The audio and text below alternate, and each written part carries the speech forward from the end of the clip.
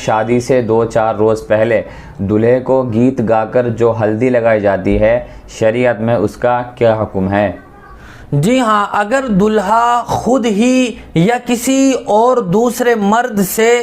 ہلدی وغیرہ یا کوئی بھی ایسی چیز جو بدن کی صاف صفائی کا ذریعہ ہو، شادی سے پہلے یا جب چاہے استعمال کر سکتا ہے، لیکن ہمارے یہاں عام طور پر ہلدی لگانے کا جو پروگرام اور جو ایک فیشن چل پڑا ہے وہ طریقہ جائز نہیں ہے، چونکہ اس میں مرد و زن کا، عورتوں کا اور مردوں کا اختلاط ہوتا ہے، پھر اس کے علاوہ دوسری بھی ایسی ناجائز حرکات کا صدور ہوتا ہے جو شریعت اسلامیہ کی روح سے جائز نہیں ہے۔ لہٰذا اگر کوئی آدمی، کوئی دلہا تنہا یا کسی دوسرے مرد کے ذریعے سے ہلدی لگوا لے تو اس میں کوئی قباحت اور برائی نہیں ہے، لیکن موجودہ جو طریقہ ہلدی کا مستقل پروگرام کر کے جو کیا جاتا ہے وہ شریعت کی نظر میں درست نہیں ہے، لہٰذا اس سے بچنا اور احتراز کرنا چاہیے۔